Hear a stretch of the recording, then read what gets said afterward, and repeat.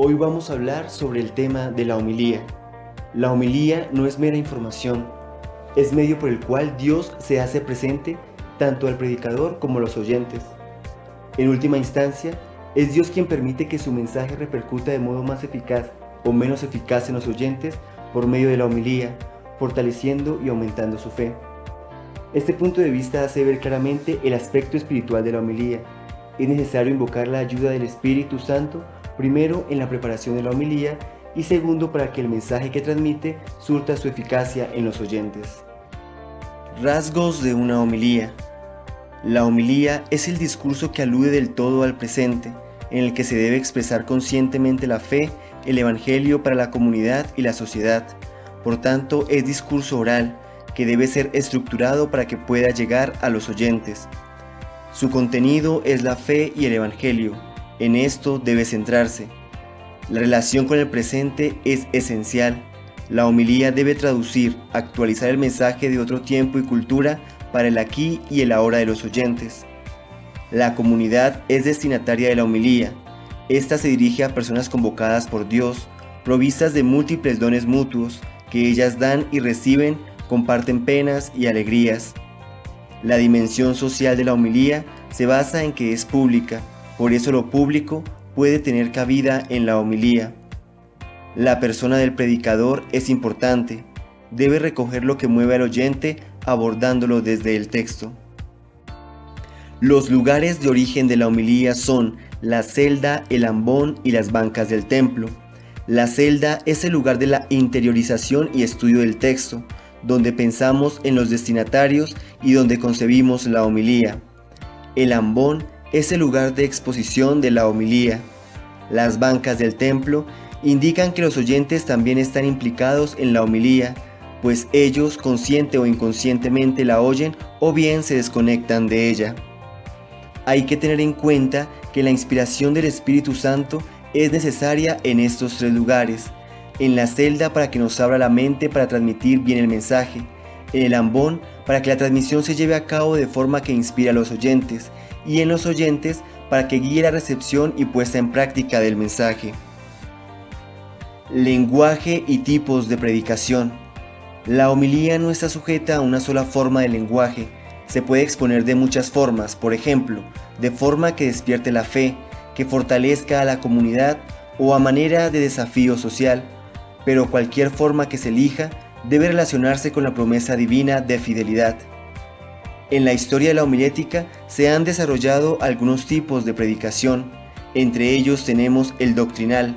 Aborda la inteligencia rica en contenido, fortalece a los oyentes para que den razón de su fe. Espiritual. Se centra menos en el contenido o en el llamado y más en la promesa de fidelidad.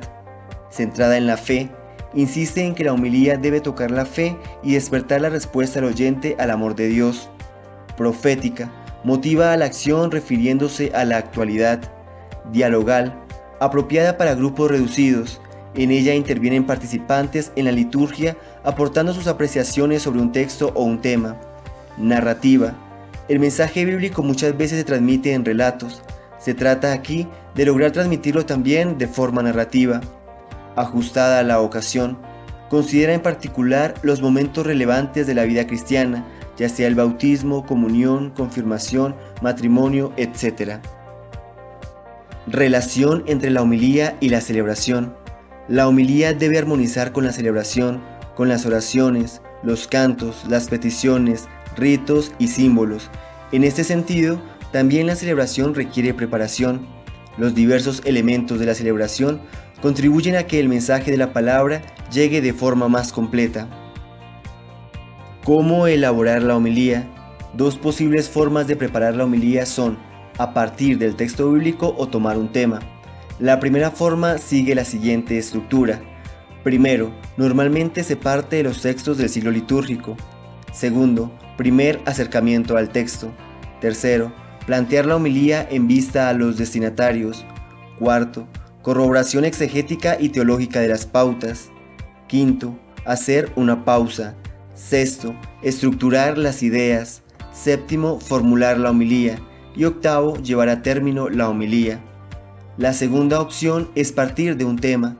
Hay ocasiones en que se debe partir de un tema definido por un acontecimiento importante en la vida de una persona, de un grupo o de una comunidad.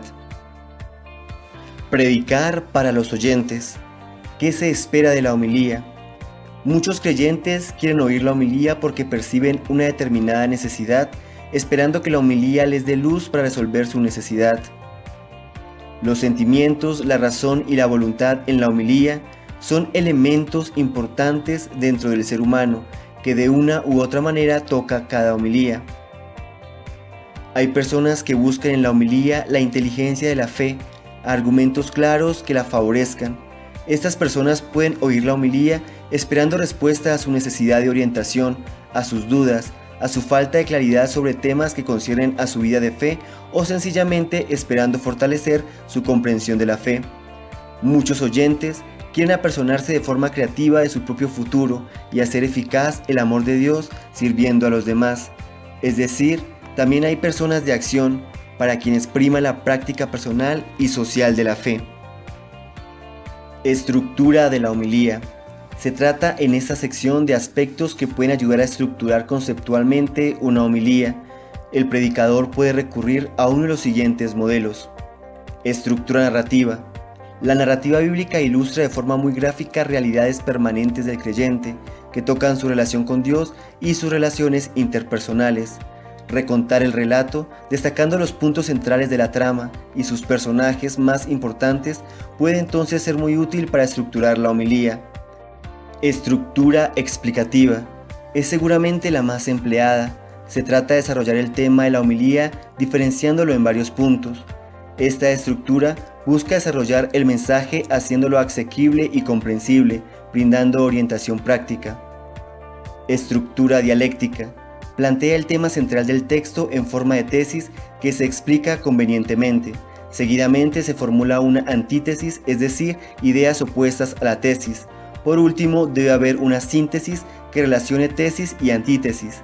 En la síntesis, se trata de dar una respuesta a la antítesis a partir del mensaje del Evangelio. Estructura de profundización. El tema del Evangelio se plantea primero de forma muy amplia.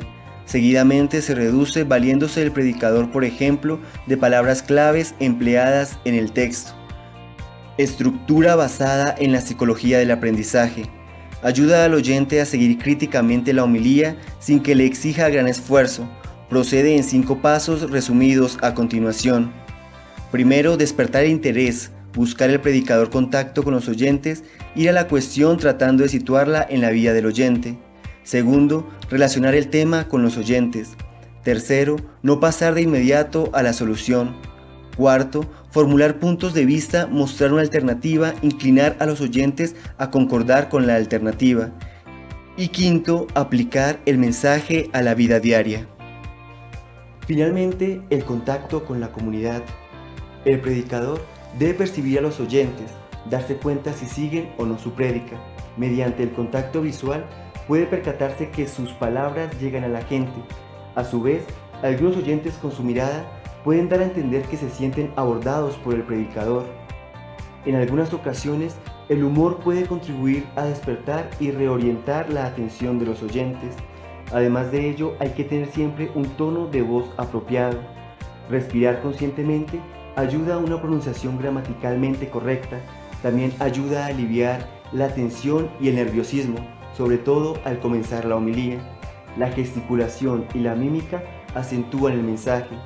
Las manos, si el predicador no sabe qué hacer con ellas, lo mejor es ponerlas sobre el ambón, pero sin aferrarse a él. La homilía debe comenzar con una buena respiración, para que así, en el transcurso de la misma, no hayan altibajos y pueda darse lo mejor a los oyentes.